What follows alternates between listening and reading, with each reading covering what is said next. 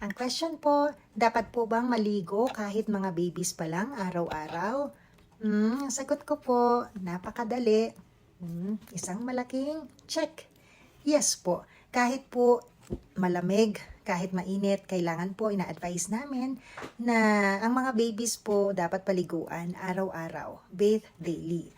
Isa pa po, napakainit ng panahon, kaya kailangan yung duming pumunta sa kanila, dapat pong matanggal. Dapat rin po ay sabuning mabuti ang katawan, pati na rin po mga adults. Huwag po kayong mag-aalala. Pwede nga po 2 times a day. Isa sa umaga, isa sa gabi, or isa sa hapon.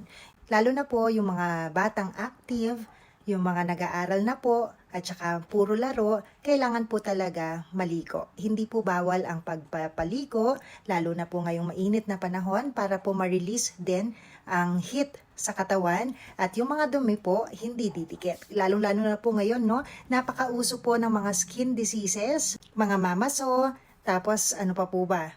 Mga piksa, napakauso po noon. Kasi po, pag nag-break ang skin at mayroong dumi doon, pwede na pong pumasok yon sa balat natin, pwede na pong magkaroon ng bacterial infection, pwede na pong mamaga at pwede na pong bumukol.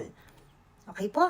Kaya dapat maligo kahit mga bata, kahit mga bagong panganak, kailangan paliguan, lahat po tayo dapat maligo.